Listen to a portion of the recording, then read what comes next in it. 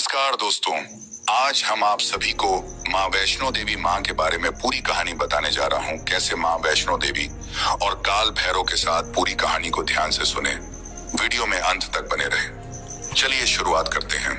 बहुत समय पहले की बात है, त्रिकूट पर्वत की गहराइयों में जहाँ आज भक्तों की भीड़ लगी रहती है, वहाँ एक रहस्य छिपा था।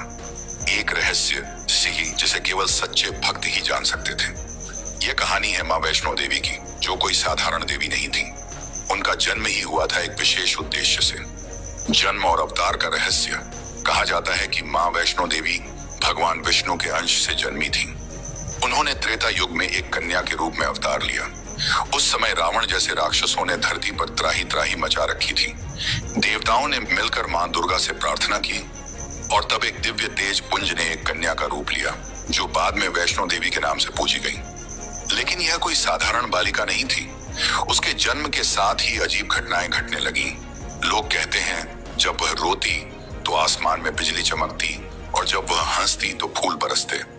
भैरवनाथ का पीछा और रहस्यपूर्ण गुफा। कई वर्षों बाद जय माता माँ वैष्णो देवी एक साध्वी के रूप में साधना करने लगी। लेकिन एक राक्षसी प्रवृत्ति का तांत्रिक भैरवनाथ उनके पीछे लग गया। उसने माँ की शक्ति को पहचान लिया था, लेकिन वह अहंकारी था। उसने सोचा कि वह देवी को वश में कर सकता है। माँ वैष्णो देवी उससे बचने के लिए त्रिकूट पर्वत की ओर चली। रास्ते में कई रहस्यमयी स्थान आए। बाणगंगा, जहां उन्होंने तीर मारकर पानी निकाला। अर्धकुमारी, जहां उन्होंने एक छोटी गुफा में 9 महीने तपस्या की।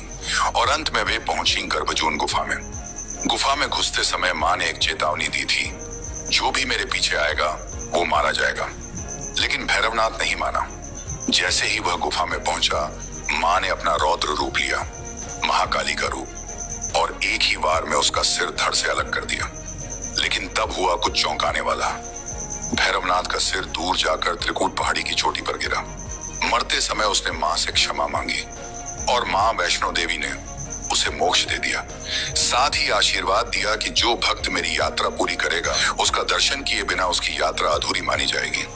इसलिए आज भी भैरव मंदिर अंतिम पड़ाव होता है। यह सिर्फ एक कथा नहीं, एक दिव्य रहस्य है। माँ की गुफा में आज भी एक ऊर्जा महसूस होती है। कहते हैं, जो सच्चे दिल से बुलाता है, छल कपट छुमन से बुला, माँ खुद उसे दर्शन देती है। क्या आप कभी गए हैं माँ के दरबार या जाना चाहते हैं? ऐसी कहानी और कथा सुनने के लिए फेसबुक पर देख रहे हैं तो फॉलो करें, और यूट्यूब में देख रहे हैं तो सब्सक्राइब करें। धन्यवाद।